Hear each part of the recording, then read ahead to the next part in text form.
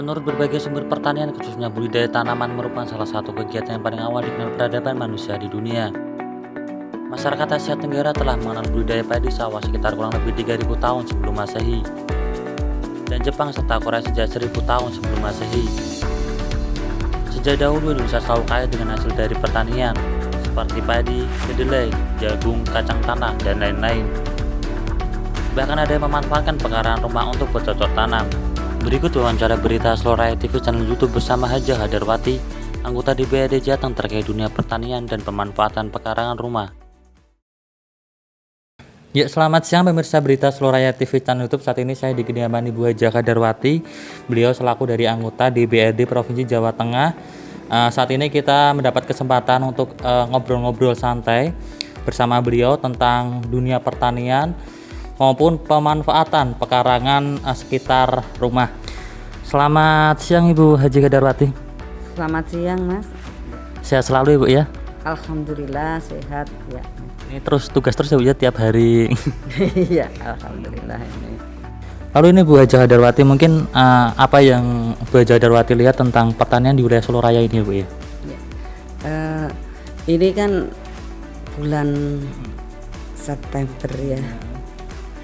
Awal dan ini akhir September, awal Oktober. Nah, ini kan musimnya sudah musim kering yang hampir akhir. Nah, setelah Oktober nanti November itu hujan sudah mulai turun di wilayah Klaten dan sekitarnya, Sukoharjo dan Soloraya. Nah, ini kan hujan tapi masih kolomongso, udah belum tiap hari rutin. Ya kolo hanya jeda arang-arang gitu ya. Jadi tidak setiap hari. Mongso itu kan waktu yang tertentu. Jadi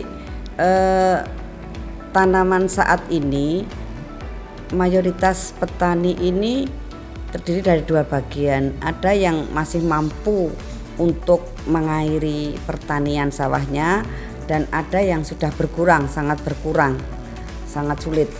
Jadi yang bagi yang mampu agar pengolahan tanaman baik itu tanaman palawija.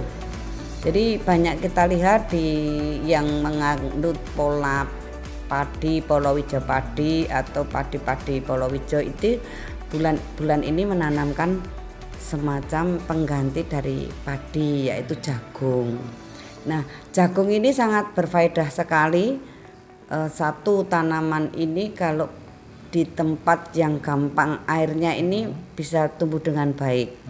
Kemudian yang kedua hasilnya ini bisa sebagai pengganti makanan pokok. Jadi ada beberapa daerah yang bisa makan dengan jagung cukup kenyang dan mengandung karbohidrat yang tinggi. Kemudian bisa dibuat makanan nyamian yaitu brondong, marning dan lain sebagainya.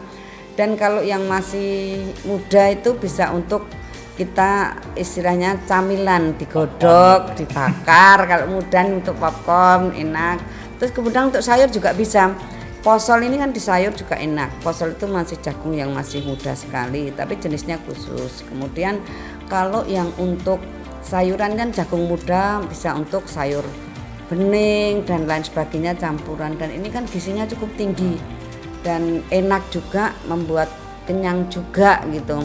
Ini kalau sudah yang dibikin grontol itu kan sudah tua-tua kemudian dimasak sampai mekar, itu sangat bagus itu juga. Jadi tanaman yang sekitarnya seperti itu. Kalau yang padi juga masih ada juga.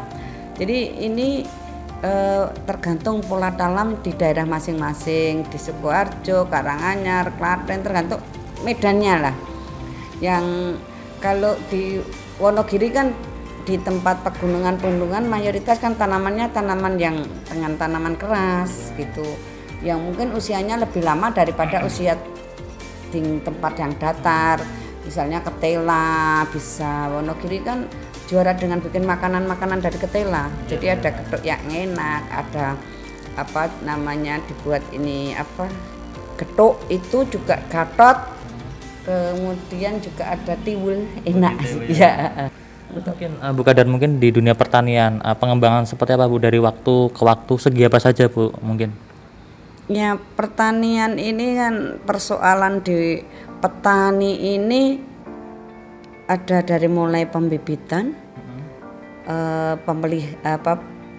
proses untuk menuju pertumbuhan menjadi ini, kemudian kan sampai kepada masa panen.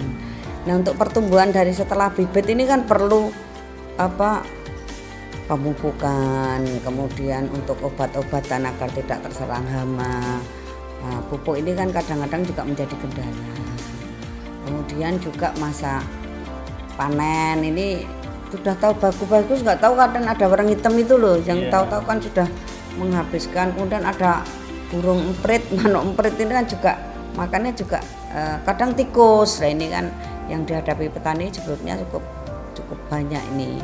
Kemudian ada yang menjadi kendala juga ketika panennya bagus, harga gabahnya. Nah, ini kan kita berharap petani ini ketika panen itu harga gabah bisa baik, sehingga bisa ada untung yang menjanjikan.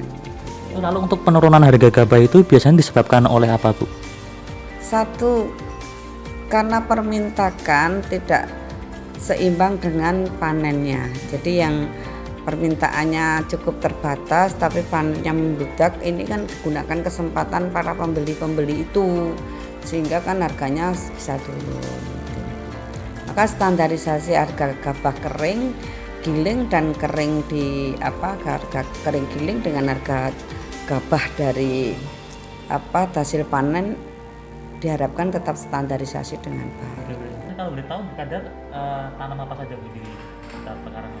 Kita manfaatkan dengan beberapa bunga. Bunga kan tidak harus yang dijual mahal, yang penting kan bisa menghiasi rumah kita, bisa itu tadi intinya mengurangi panas bumi, bisa menyaring udara.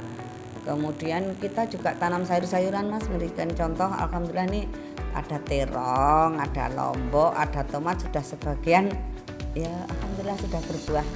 Kemarin kita nyayur terong, beberapa hari kita sayur terong gitu kan, tidak harus beli. Jadi kan ya sehat seger, Mas, jadi itu.